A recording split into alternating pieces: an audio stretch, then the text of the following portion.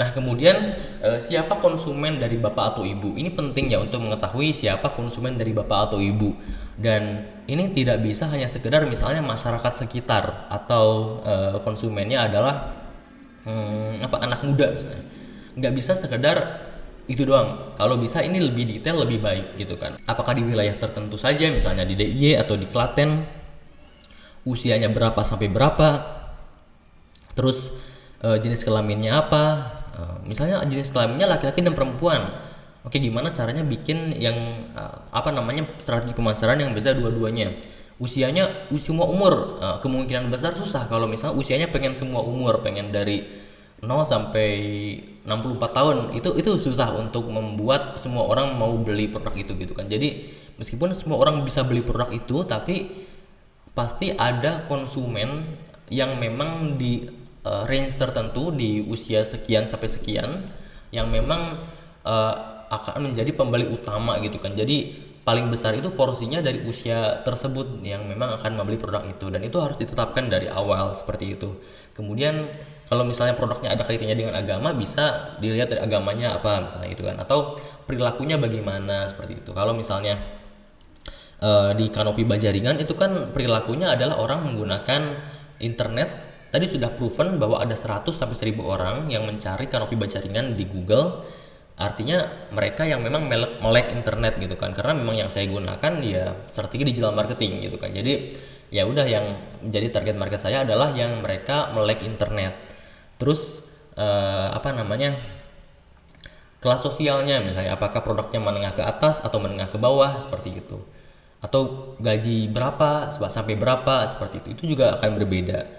Kemudian perannya, kalau peran ini kaitannya dengan misalnya orang yang menggunakan itu belum tentu orang yang membeli seperti itu. Jadi misalnya nih produk susu bayi meskipun yang menggunakannya bayi, tapi yang membeli bukan bayinya dong, tapi orang tuanya, kakaknya seperti itu. Jadi ini berarti ketika produknya untuk bayi, maka strategi pemasarannya itu harus mengutamakan orang tuanya. Yang dilihat itu orang tuanya, apa yang orang tua butuhkan agar orang tua itu mau membeli susu untuk anaknya misalnya gitu kan. Nah, itu perlu ada strateginya, dan untuk tahu strateginya sampai sedetail itu, maka bapak atau ibu harus bisa mengetahui target pasar seperti apa yang sesuai dengan produk dari bapak atau ibu seperti itu.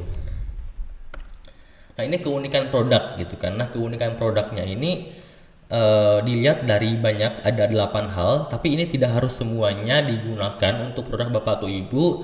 Dilihat saja mana yang paling relevan, mana yang paling memungkinkan untuk digunakan. Misalnya ini harga gitu kan. Yang pertama harga. Kalau harga ini bisa misalnya harganya lebih murah dari harga pesaing, atau bahkan harganya lebih mahal dari harga pesaing. Dan ini tidak bisa asal diterapkan, tapi harus berkaca juga dengan target pasar yang tadi. Kalau target pasarnya adalah menengah ke atas atau kalangan borjuis atas misalnya gitu kan, karena orangnya adalah orang-orang yang memang eksklusif, maka ketika dikasih harga yang lebih murah dibanding harga pesaing, bukannya jadi tertarik untuk membeli, malah tidak mau beli karena takutnya ini kualitasnya bagus atau enggak seperti itu. Jadi ini nggak bisa asal diterapkan. Terus yang kedua, kemasannya menarik atau tidak, dan seterusnya.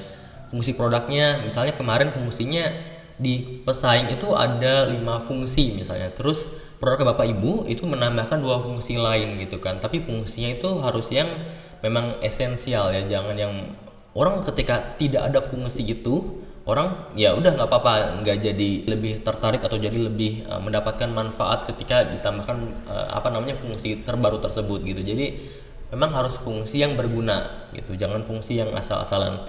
Kemudian bahan baku produknya, misalnya tadinya keripik itu misalnya pakai MSG misalnya gitu kan. Nah, kemudian membuat keripik yang rasanya seperti MSG padahal ini bukan MSG, ini organik misalnya. Jadi produk bahan bakunya yang memang dibedakan karena nanti ingin menyasar konsumen yang peduli akan kesehatan gitu kan. Terus nanti dikasih tahu ini fakta-fakta kesehatannya dan seterusnya. Terus juga proses pembuatan produknya, misalnya kalau ayam ada yang digoreng, yang ini ayamnya dibakar, namanya ayam bakar. Jadi proses pembuatannya yang dibedakan gitu kan. Terus Misalnya ini ya, di Jogja itu ada yang namanya kain gitu kan. Kainnya juga biasanya pakai kain katun, ada juga ini yang pakai kainnya itu dari sutra singkong. Nah, seperti itu. Jadi proses pembuatan yang berbeda atau bahan bakunya yang berbeda seperti itu. Pelayanannya misalnya ini pelayanannya eh, akan seperti apa nih?